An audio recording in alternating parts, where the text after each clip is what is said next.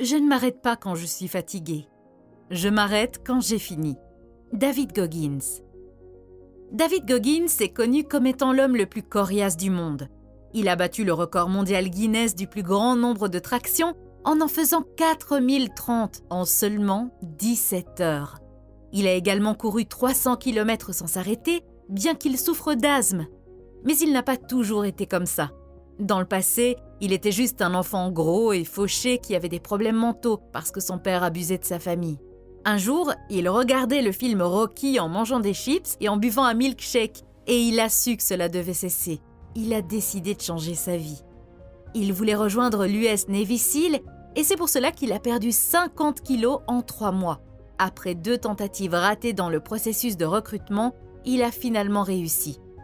À sa retraite, il a écrit un livre décrivant les plus grandes leçons de vie qui l'ont aidé à surmonter ses peurs, ses obstacles et ses doutes personnels. Dans cette vidéo, je vais partager les 6 plus grandes leçons du livre Can't Hurt Me, Master Your Mind and Defy the Odds. Leçon 1, la règle des 40%.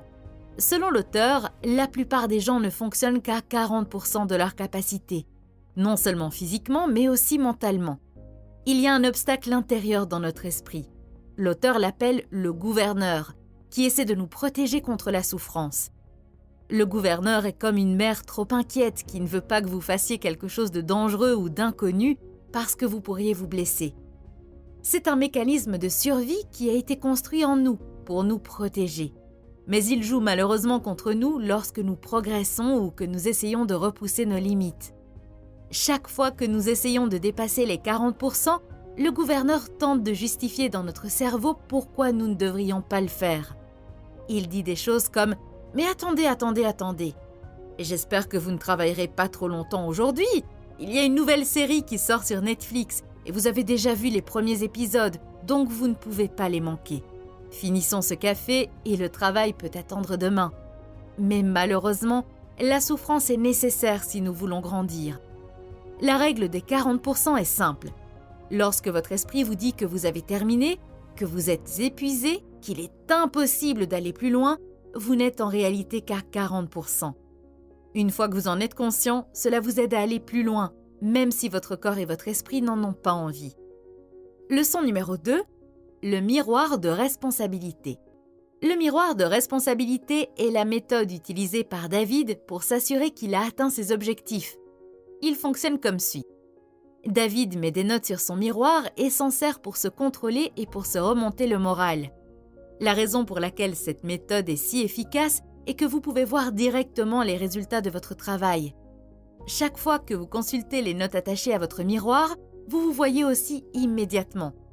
Avez-vous changé en mieux ou en pire ? Bien que le miroir de responsabilité soit très efficace lorsqu'il s'agit d'objectifs physiques tels que la perte de poids, puisque vous pouvez vérifier les résultats assez facilement devant vous, il peut également être utilisé pour d'autres objectifs, tels que les objectifs mentaux et psychologiques. Vous êtes-vous débarrassé de vos problèmes mentaux ? Êtes-vous plus heureux ?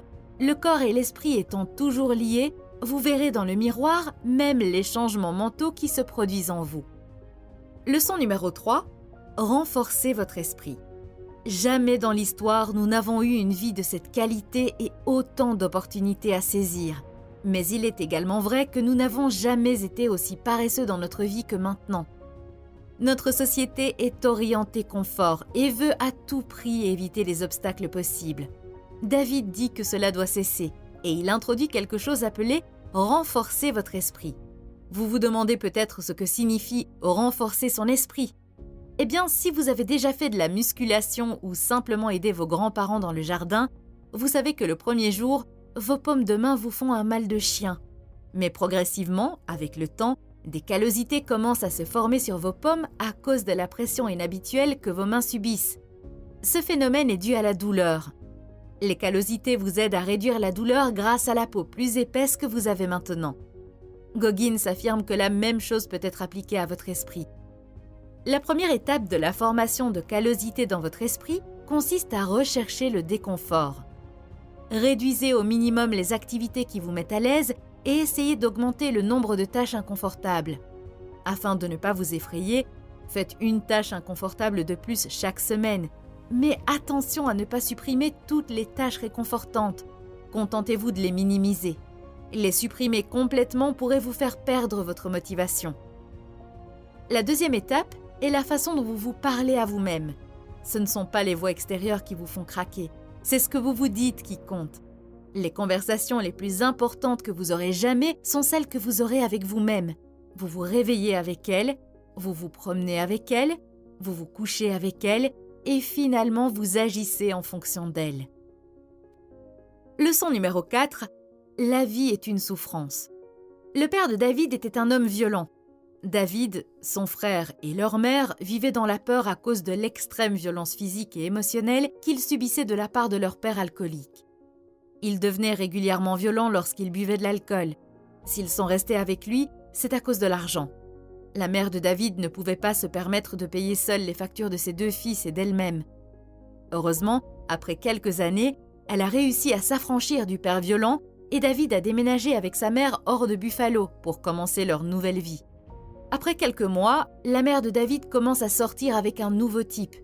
Il est heureux pour elle car il semble qu'elle ait enfin trouvé un homme gentil qui la traite bien. Après qu'ils soient tombés amoureux l'un de l'autre, le type a été tué par balle lors d'une fusillade dans leur nouveau quartier. Si je vous raconte cette histoire, c'est pour vous montrer la leçon suivante. La vie est dure. La vie est souffrance. Il est vrai que la plupart des gens ne connaîtront pas une vie aussi dure, mais il y aura sûrement des obstacles sur leur chemin. David avait toutes les excuses du monde à utiliser pour sa mauvaise vie. Il pouvait toutes les utiliser pour justifier sa situation et personne ne lui en voudrait, mais il a refusé de le faire. La vie n'est pas facile. Il y a la douleur, la tristesse, l'humiliation, les difficultés, les rêves ratés, la mort et les hauts et les bas de tous les jours. Pour être grand dans la vie, vous devez être prêt à affronter cette souffrance. Si vous y résistez, vous vous ferez encore plus mal. Embrassez la douleur et mettez-vous à l'aise avec elle. David va même jusqu'à dire que vous devriez rechercher et apprécier la douleur. Il dit que la douleur est la voie à suivre car elle ouvre une porte secrète dans l'esprit qui mène à la fois à des performances de pointe et à un silence magnifique. C'est pourquoi David a été capable de changer complètement sa vie malgré toutes les choses folles qui lui sont arrivées au début de sa vie. Leçon numéro 5. Prendre des âmes. Goggins a créé le terme « prendre des âmes » qui signifie simplement obtenir un avantage tactique sur son adversaire. David dit qu'il suffit d'une seconde d'énergie pour voler celle des autres. Le concept de prendre des âmes signifie simplement reconnaître vos adversaires et utiliser vos sentiments à leur égard pour alimenter votre travail. L'auteur décrit une formule en 4 étapes qui peut vous aider à prendre des âmes pour tout ce qui se présente à vous en ce moment.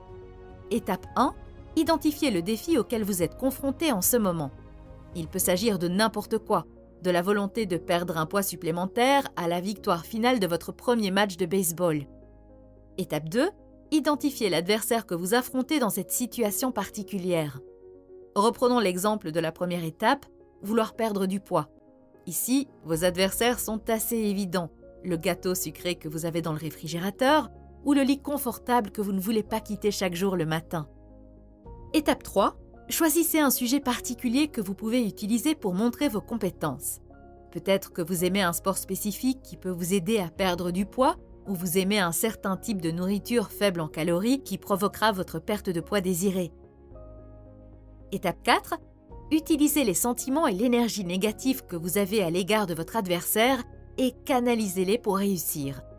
Dans notre cas, votre adversaire est le type à l'air mauvais qui vérifie son ventre dans le miroir et se demande si quelque chose va changer bientôt ou non. Cela vous rend probablement triste, en colère ou même dégoûté. Il y a 2 façons d'utiliser cette énergie. Vous pouvez soit tomber dans la dépression et vous apitoyer sur vous-même, soit utiliser cette nouvelle énergie comme un carburant pour détruire votre ennemi. Et c'est exactement ce que Goggins veut que nous fassions tous. Leçon numéro 6. Le bocal à biscuits. L'auteur a eu l'idée du concept du bocal à biscuits alors qu'il courait 160 km sans aucun entraînement préalable. Il dit qu'il n'avait pas couru un seul kilomètre au cours des 6 derniers mois avant de s'inscrire à la course. Malgré tout cela, il se débrouillait plutôt bien et n'a pas eu de problème significatif jusqu'à la moitié de la course où il a commencé à être extrêmement épuisé. Il était si fatigué et tellement épuisé que son corps saignait. C'est alors qu'il a commencé à se souvenir de toutes les victoires et réalisations passées qu'il avait accomplies et il a immédiatement su qu'il ne pouvait pas échouer cette fois-ci. Et vous l'avez deviné, il a terminé la course grâce à cette méthode. Nous avons tendance à trop nous juger en fonction de l'horizon à court terme, ce qui nous crée une grande illusion sur qui nous sommes. Si nous réussissons quelque chose, nous pensons que les victoires ne s'arrêteront jamais et nous devenons souvent arrogants. Si nous perdons, nous pensons que nous ne réussirons jamais de la vie. C'est alors que vous devez puiser dans votre propre boîte à biscuits mentale pour vous rappeler tout ce que vous avez accompli de bien dans votre vie. Cela vous donnera l'énergie supplémentaire dont vous avez besoin pour terminer la course, le projet ou tout autre obstacle auquel vous êtes confronté en ce moment. Je pense qu'une meilleure façon de mettre en œuvre cet exercice est d'écrire toutes vos réalisations et les difficultés que vous avez surmontées et de conserver cette liste quelque part. Lorsque vous vous sentez déprimé et découragé, prenez la liste et lisez-la. Cela vous aidera beaucoup à changer de perspective. Maintenant, résumons rapidement ce que nous avons couvert dans cette vidéo. Au début, nous avons parlé de l'importance de la règle des 40% et du miroir de responsabilité qui vous aide à vous développer plus que jamais. Ensuite, nous avons examiné le concept appelé « renforcer votre esprit » de la même manière que nous le faisons avec nos mains. Nous avons également mentionné que la vie est souffrance et que nous devons nous y habituer. Enfin, nous avons abordé le concept du bocal à gâteau qui vous aide à traverser les périodes difficiles en vous rappelant vos victoires passées. Quelques mots sur l'auteur lui-même. Je pense que c'est vraiment incroyable ce que David Goggins a accompli à l'âge de 47 ans. À mon avis, ce qu'il y a de mieux dans ses réalisations, c'est que vous pouvez suivre et vérifier chaque étape de sa vie, contrairement aux autres gourous d'Internet qui prétendent avoir fait ceci ou cela.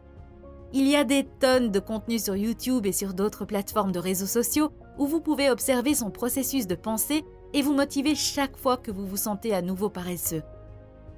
Si vous avez aimé cette vidéo, vous aimerez peut-être aussi celle qui se trouve à gauche de l'écran. Elle porte sur la manière de créer des habitudes durables, ou la vidéo sur le côté droit de l'écran qui vous aidera à surmonter la procrastination et la paresse. Merci d'avoir regardé. On se retrouve très bientôt. Prenez soin de vous. Au revoir.